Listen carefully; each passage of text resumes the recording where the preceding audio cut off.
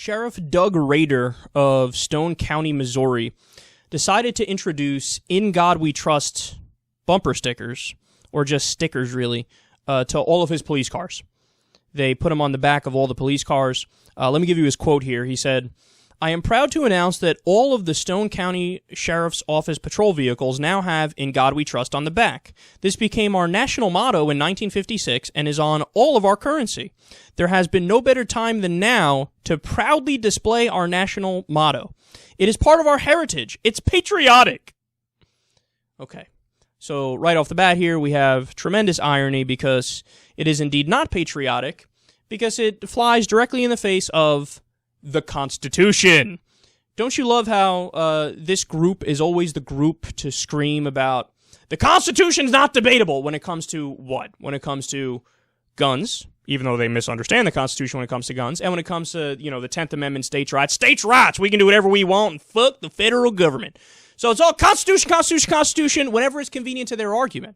But when you say, hey man, the Bush administration kind of took away protection from unreasonable search and seizure, took away due process, took away habeas corpus, that's all in the Constitution, then they're like, we got a Constitution? I never even knew we had a Constitution. Fuck, man. You learn something new every day. And here's another example.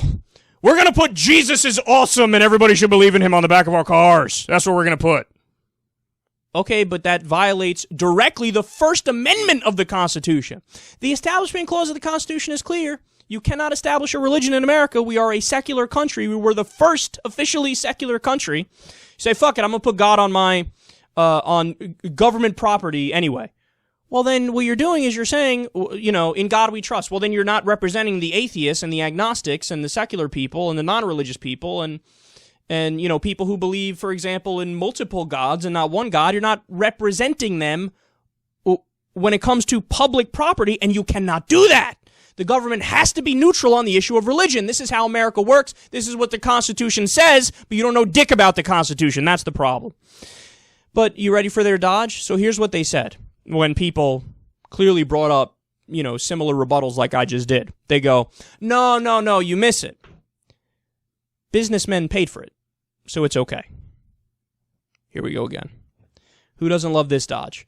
They say, it's okay because the taxpayers didn't pay for the cheap-ass stickers. It was a businessman who paid for it, so it's fine.